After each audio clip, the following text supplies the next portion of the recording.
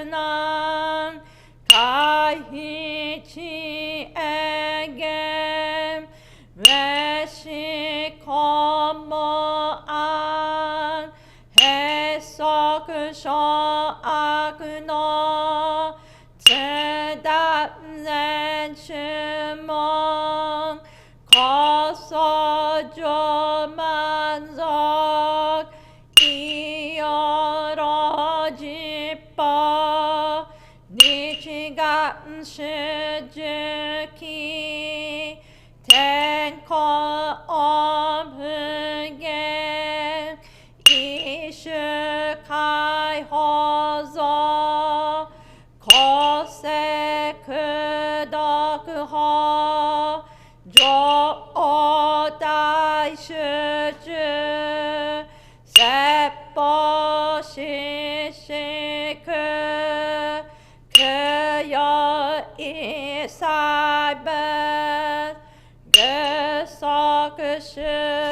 거그홍 간내 심점만 더그 이상가요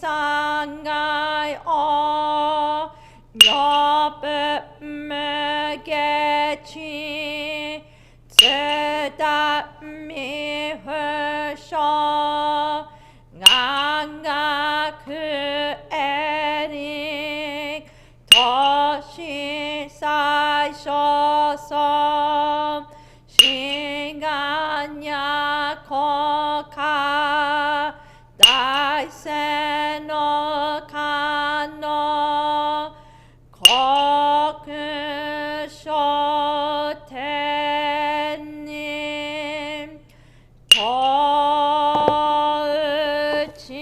더치며 개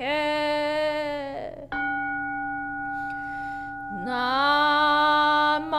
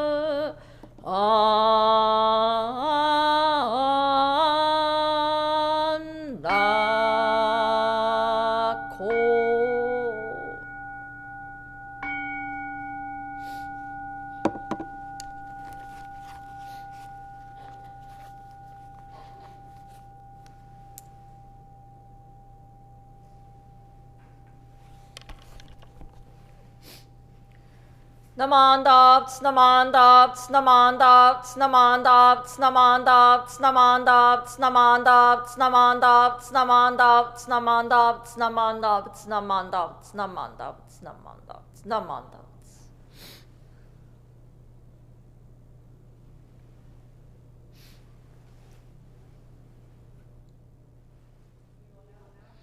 Of Three Treasures and Sankyemon.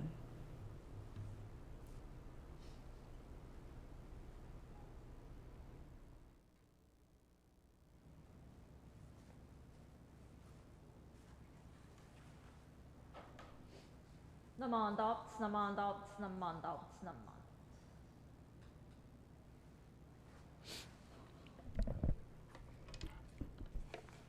I invite you to all join me with your hands together in Gasho as we read the Three Treasures, followed by Sankyemo. Three Treasures. Hard it is to receive a human form. Now we have received it. Difficult is it to hear the Buddha Dharma. Now we hear it. If we do not receive awakening in this life, in what life shall we do so? Let us reverently take refuge together in the three treasures of the truth. I take refuge in the Buddha. Together with all beings, may we attain the great way of enlightenment, awakening to the supreme intent of the Buddha. I take refuge in the Dharma. Together with all beings, may we enter the storehouse of Dharma, acquiring wisdom as deep as the ocean. I take refuge in the Sangha. Together with all beings, may we become united at the great assembly, being free of all bondage. Hard is it to encounter the supreme profound, and wondrous Dharma, even in 100,000 million kalpa. Now we are able to hear and receive it. Let us thoroughly understand the true intent of the Tathagata. Sankyemon. Ninjin ukegatashi imasudeni uku. Buppo kikigatashi imasudeni kiku. Konomi konjo ni mukatte dosezun ba, sarani izure no shou ni mukatte ka konomi o dosen. Daishu moro tomo ni shishin ni sanbo ni kieshi tatematsuru beshi. Mizu kara butsu ni kieshi tatematsuru. Masa ni negawaku wa shujo to tomo ni daido o taige shite mujou yo kosan.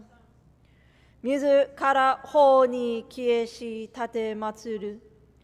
Masa ni negawaku wa shujo to tomo ni kaku kyouzo ni irite chie umi no gotoku naran. Mizu kara sou ni kieshi tatematsuru. Masa ni negawaku wa shujo to tomo ni daishu o tori shite issai mugen naran. Mujo jinji mimyo no hou wa 100,000 万語にもあようことがたし、我今検問し従事することへたり、願わくは如来の真実義を下し立てまつらん。ナマンダプツナマンダプツナマンダプツナマンダプツナマンダプツナマンダプツナマンダプツナマンダプツナマンダプツナマンダ。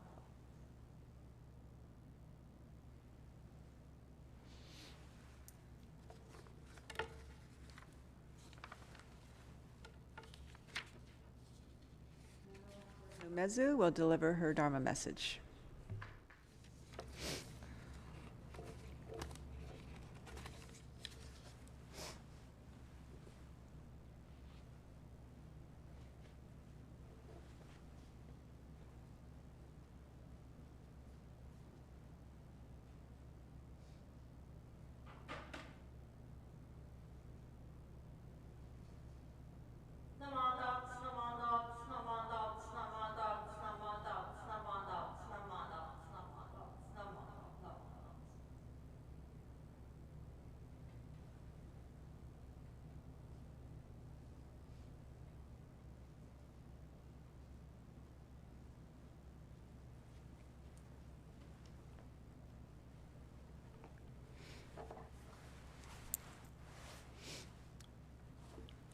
Please join me with palms together, Gassho, as I read a poem written by Venerable Shinran.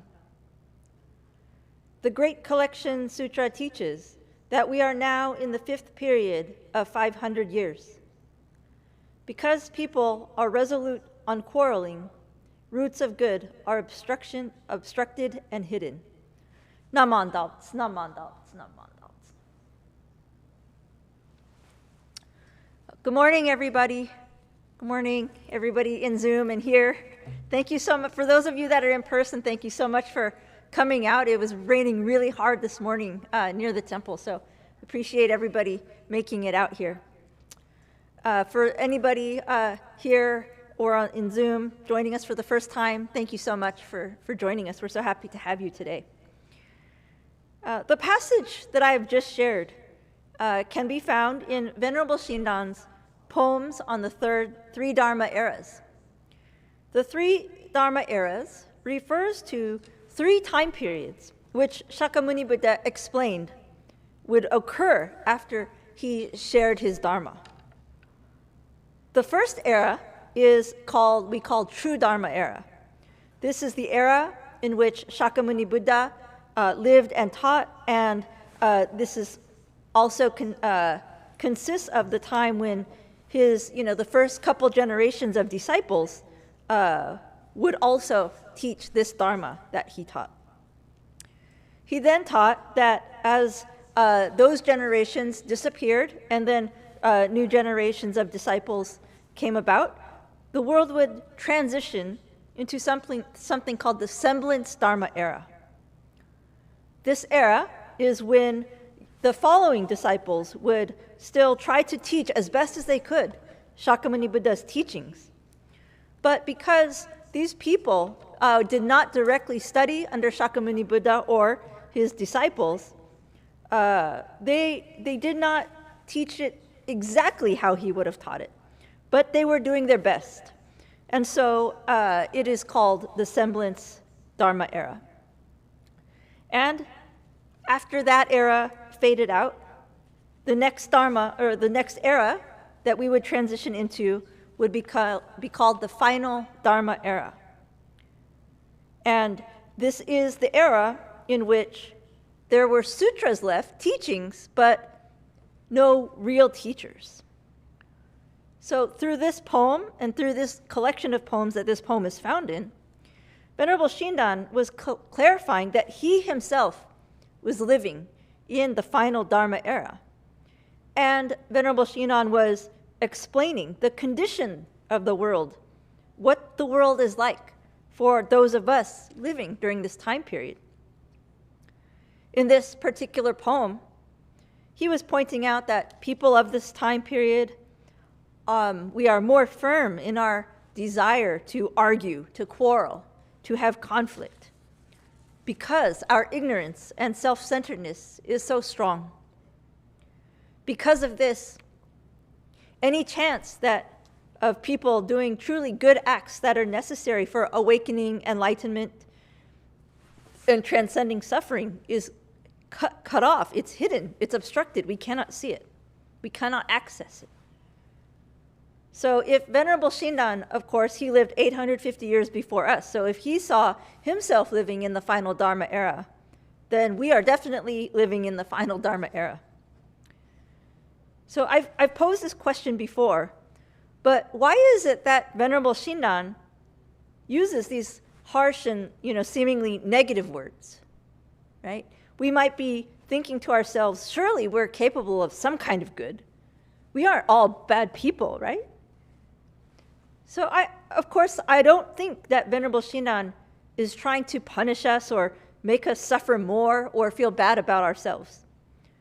But what I think he's trying to do is get us to be honest, to come to grips with the situation and condition in which we are truly living. He is trying to get us to understand when and where we are in relation to the Buddha Dharma. This is because he understood how important it is for us to know where we are, when we are. For example, how can we know how to get somewhere we want to go if we don't even know where we are starting? If we are lost somewhere, don't we first need to figure out where we are before we can figure out how to get to our destination? We have to know, where am I lost, right? So I would like to share a story with you about an experience that I had being lost. First, I will need to give you a little bit of background about my family and my life. My father, he's from Japan. He came to this country as a minister for BCA in the early 1970s. And when he came here, he didn't know anybody, right? Just a few people through the BCA or temple system. His first assignment when he arrived in the US was at the Fresno Betsuin Buddhist Temple. So, of course, there were many kind people at the temple who took care of him, but there was one couple in particular that kind of adopted him and took care of him. They really took him in. And so when I grew up, I considered them like my grandparents, my honorary grandparents. They taught him all about American culture. They taught him how to speak English. They taught him how to, or I should say not just speak English, what English not to speak as well, and taught him how to drive. They really helped him, acclimate to the culture of this country. And this couple was very involved at the temple.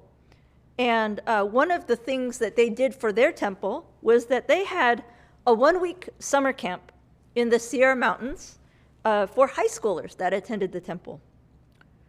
They ran this camp annually for almost 50 years until they passed away in 2013. And although I didn't attend the Fresno Betsuin Buddhist Temple growing up, because of my relationship to that family, they invited me to attend. So while I was in high school, I attended the summer camp. And when I was in college and for a while after college, I volunteered as a camp counselor there. After they had passed away, their adult children have continued to hold this camp every summer for high school kids at the temple. So fast forwarding now to 2019, right, just a few years ago, it was the summer that I received my first level ordination, Tokudo, through our head temple in Japan. While I was at the ordination training, I realized the value and importance of teamwork, right? We had to do a lot of activities as a group, as a team at the training.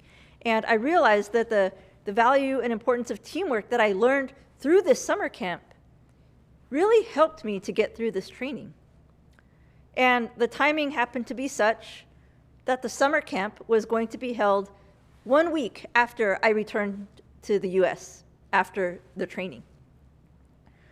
So when I came home, I decided I really want to go visit camp and do a service there as a thank you for the camp and for the couple and family who taught me the importance of working with others. I told my father my plan, and he said he wanted to join me.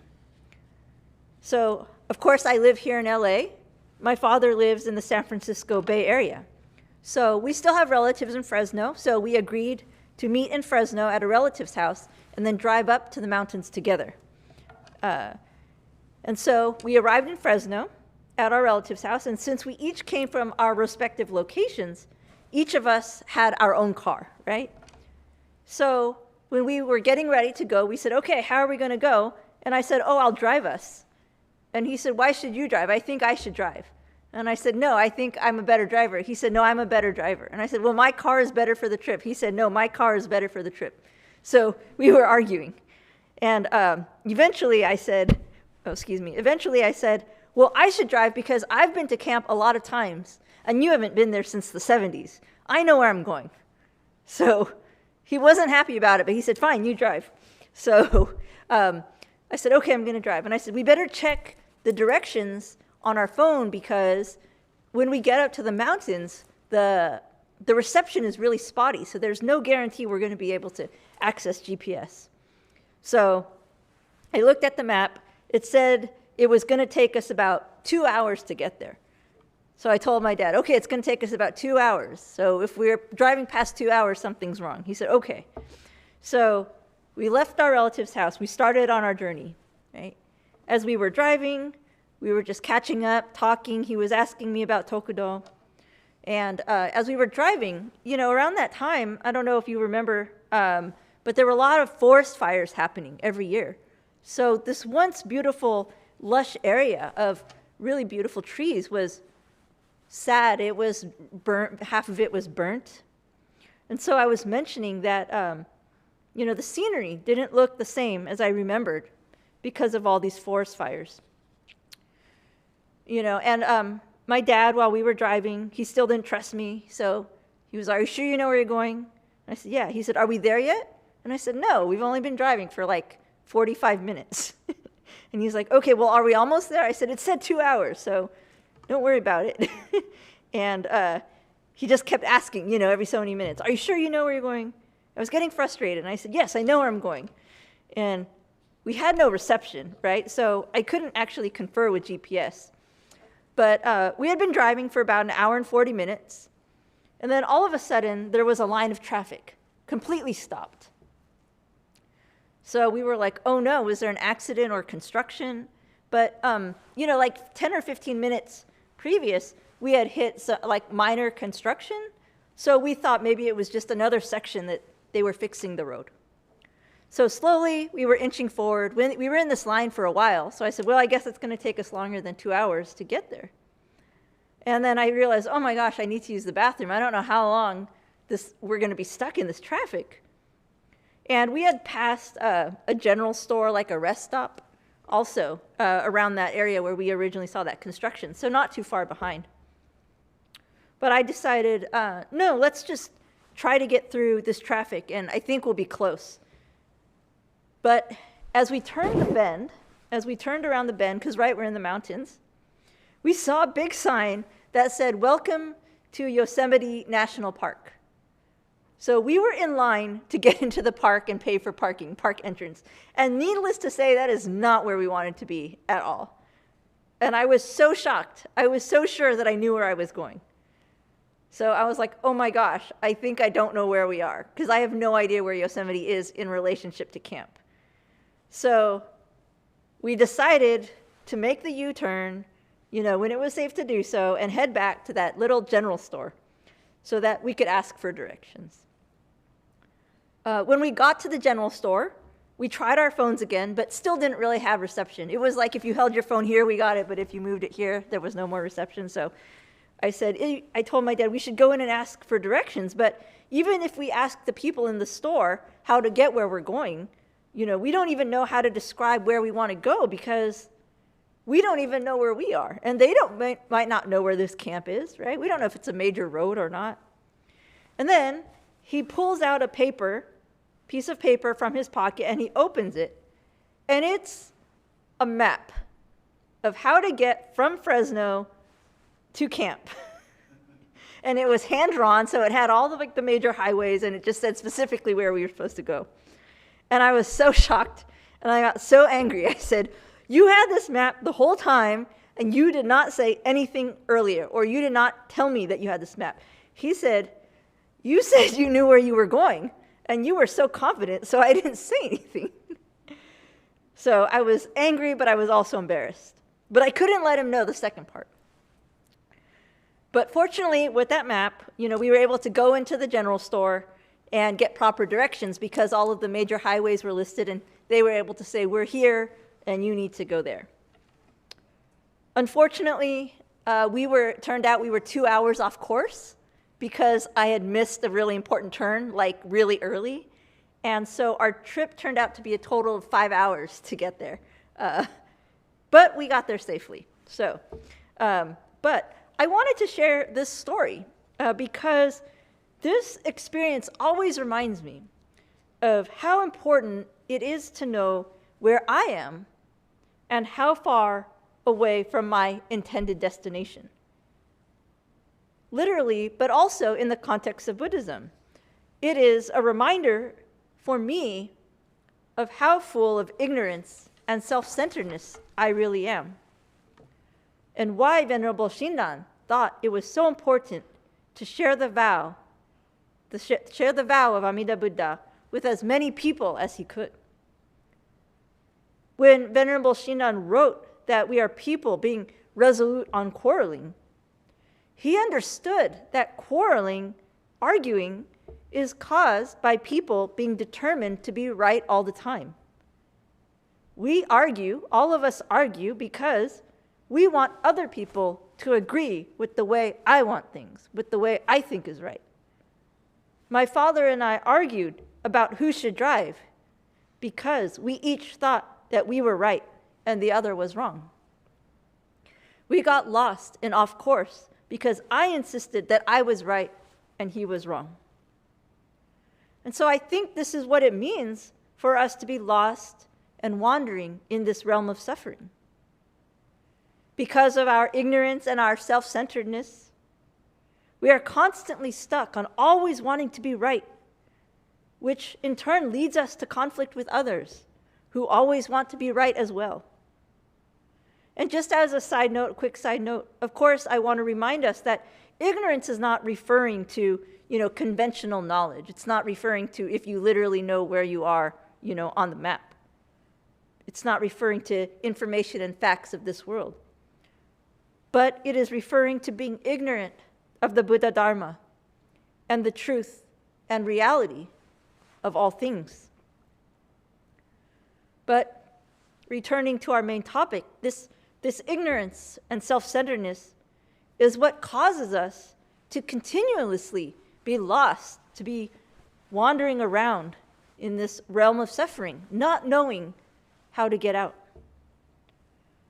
We do not only exist in a time and place where other people cause everybody to suffer, but I also cause other people to suffer, even if I do not want to admit this to myself. Even though I told you the story of how I got me and my dad lost, there's still a part of me that blames him for not showing me the map. And there's still a part of me that is angry that the road I was supposed to turn off didn't have a bigger sign. I don't want to admit that the consequence of our being lost was all because of my self-centeredness. This is the depth of my unwillingness to admit that I can be wrong. But it is because I have this unwillingness, and because there are people like me that exist. This is why Amida Buddha established its vow to rescue all beings from this existence. This is why Venerable Shinran understood the importance for us to recognize the condition in which we are living. We might think that we can cultivate the roots of good necessary to becoming Buddhas, right? But as long as we insist on being right all the time, as long as I insist on being right all the time, we cannot cultivate these roots of good that are needed to awaken to the Buddha Dharma on our own. Similar to how my father and I could not find the way to get to our destination without first being able to identify where we were in general, right? But also in relation to our destination. We didn't know where we were, but we also didn't know where we were in relation to our destination. If we cannot admit to ourselves that we are like this, right, in this everyday world in relation to the Buddha Dharma, this is why we will never be able to get out of our situation. Because I could not admit that I didn't know where I was going, even though I did not recognize the environment anymore. It caused more quarreling between me and my father, and it actually put us farther away from where we wanted to go. However, when I realized we were lost, what ultimately saved us was not that we knew where we were, but it was the map that we had and the directions that the general store owner gave us. So in order to get back on track of where we wanted to go, I had to rely on the guidance from outside, right? I couldn't figure out the map, the directions by myself. I had to rely on someone else's map and someone else's directions. So by Venerable Shinran sharing this teaching of Namo Amida Buddha, he did so to leave us a map and guidance of how to get out of this realm of suffering. So Venerable Shinran's clarifying that people are resolute on arguing and quarreling and that we don't have roots of good is not because he is trying to scold us or berate us, but he is sharing these words out of a deep sadness for the state of humanity, including himself, because he truly understood that we are all lost. He also shares these words out of a deep compassion so that others can honestly find themselves, who they are, where they are, in the most meaningful way possible through this guidance of Namo Amida Buddha. Venerable Shinran shares the profound wish of Shakyamuni Buddha and Namo Amida Buddha that wishes that everyone rely less on their self-centeredness, their self-centered views, and allow themselves to be guided by the true, real, genuine virtues of Namo Amida Buddha. He understood that the only way we can come to truly be guided by Namo Amida Buddha, this true and real wisdom and compassion, is that we have to realize where we are, when we are, that we are of the condition of needing to rely on something true and real that is outside of us, outside of our self-centeredness, outside of our ignorance, right? because this self-centeredness and ignorance is what only continues to lead us to be lost and wandering in this realm of suffering. In other words, it is when we realize we are lost in our ignorance and self-centeredness that we can come to realize how and why Amida Buddha established the vow to guide us through its Dharma and rescue us through its compassion that embraces each of us just the way we are, never abandoning anyone. The Buddha Dharma that teaches us the truth of reality of impermanence, codependent origination, and the causes of suffering compassionately does not exclude anyone.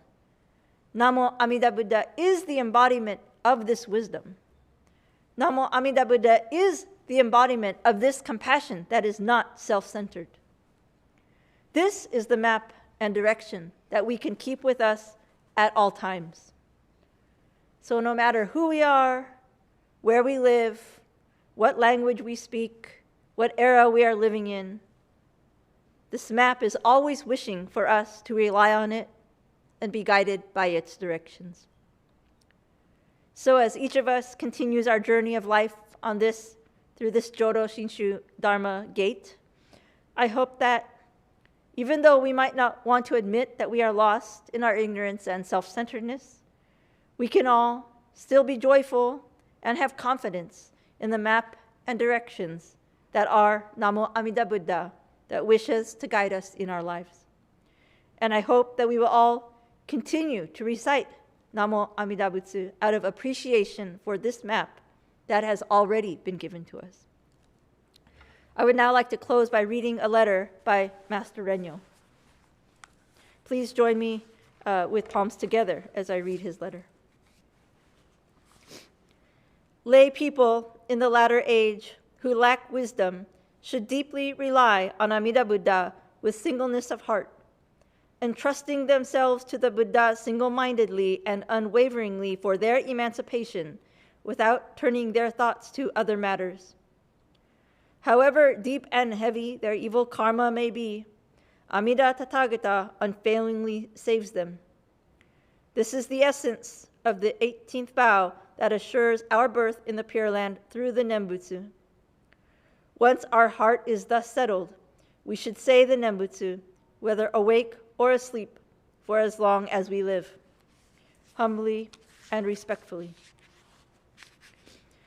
Mandai muchi no zaike shinju no nanyo taran tomogara wa kokoro itotsu ni shite Amida Buddha kaku tanomi mairasete sarani yo no kata e kokoro furazu ishi ni ko ni bu tasuke tamae tomo-san shujo ma tatoi zaigo wa jinju nari tomo kanarazu mina nyorai wa sukui mashimasu beshiこれすなわち第18の念仏の上の洗顔の心なり核のごとく健常しての上には寝ても覚めても命のあらん限りは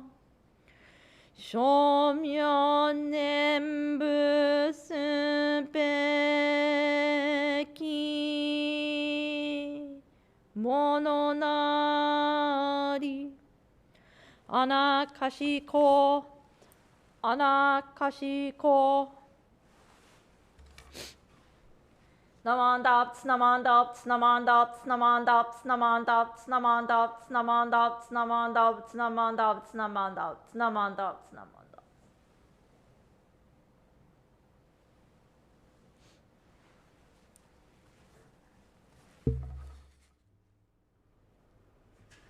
Thank you, Reverend Umezu, for your talk today. I'm sure it resonated with everyone. It sure did for me. Next, we will have the reading of Ryogemon. Please join me in hands together as we read Ryogemon, Words of Understanding of Our Tradition by Master Renyo. We rely upon Amida Buddha with our whole heart for the enlightenment in the life to come, abstaining from all sundry practices and teachings, and giving up the trust in our imperfect view.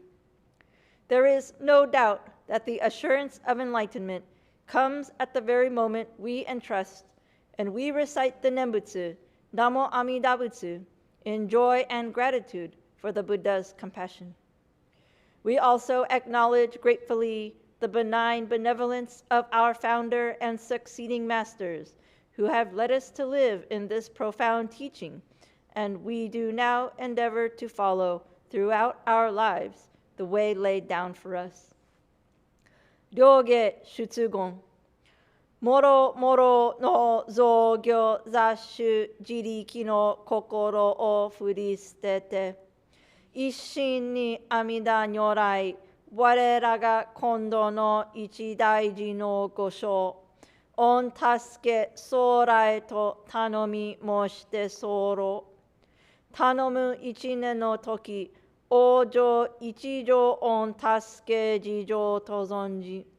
この上の称名はご恩報者と存じ、喜び申し候。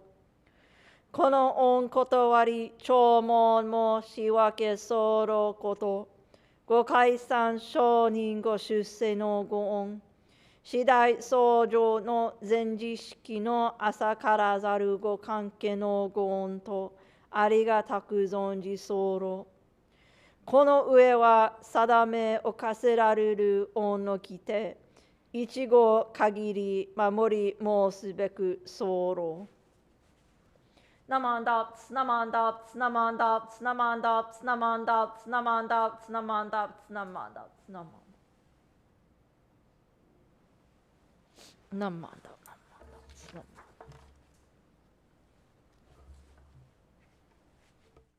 Okay, now for announcements. On March the 18th, we will be having our Spring Higan seminar, The True Essence of the Pure Land Teaching, What is the True Shinjin? And our guest speaker will be Reverend Yukiko Motoyoshi, who is Minister Emeritus, Buddhist Churches of America. Registration is free, however, donations are appreciated. Following day is our Spring Higan Dharma service, and again, Reverend Motoyoshi will be our guest speaker. That time, the service will start at 10 o'clock. March the 9th at 10 is our Hanamatsuri Dharma service, and our guest speaker at that time is Reverend Dr. Nobuo Haneda, who is the director, Mayada Center of Buddhism. Next, Buddhism Beyond Mindfulness. It will be on Saturday, March the 18th from 2 to 3, and this will be right after the Higan service where Reverend Motoyoshi will be the guest speaker at that time. Suggested donation for this is $5 per session. Then we have study session. What is the Jodo Shinshu teaching, which is on Wednesday, 7 to 8 p.m.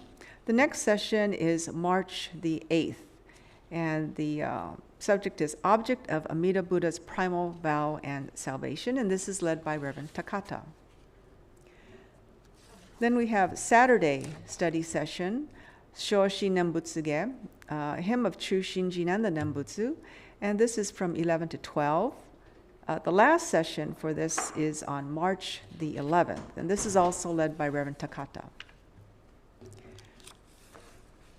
Then we have Jodo Shinshu, the True Essence of the Pure Land Teaching, What is the Pure Land? And this is only in person at the temple. Next one is on March the 9th at 7. It's from 7 to 8:30, and this will be led by Reverend Kodani. Starting on April the 9th, we have something new called Dharma Cafe. And we'll be setting up tables. We have light refreshments, for people that are walking by, curious about our temple. This will be from noon to 2 every second and fourth Sundays. Next, Gardena Buddhist Church, the Ichimi group, will be presenting it's A Profound Silence, featuring Jodo Shinshu Buddhism voices from the LGBTQ plus community, family, and allies. It's a red carpet film premiere and dinner. Sunday, April the 2nd at 4 p.m., and suggested donation is $30. And if you are interested in attending, please go to ichimi, that's ichimi.gbc@gmail.com. Finally, Southern District BEC Seminar on Saturday, April the 22nd from 1 to 3 is what's called Bon Odori, a uniquely Japanese-American tradition. And this will be held at Senshin Buddhist Temple. And the speakers will be Reverend Mas Kodani and Bessie Tanaka. So they will be having a potluck starting at 12, and then the seminar will start at 1 o'clock. So please contact the temple if you are interested in that. And then lastly, at our temple, every third Friday of the month, we have bingo starting at 7 o'clock. So we'd like everyone to come out with your friends and enjoy a night of bingo. Okay, so that concludes our service for today. Thank you all for attending. As I mentioned earlier, we will be having Dharma reflection session. So that we'll have a short 5-minute break after that. And then, Sensei, if you'd like to close. Thank you so much, everybody, for joining. Please join me in closing Nambutsu. Namandaots, namandaots, namandaots, namandaots, namandaots, namandaots.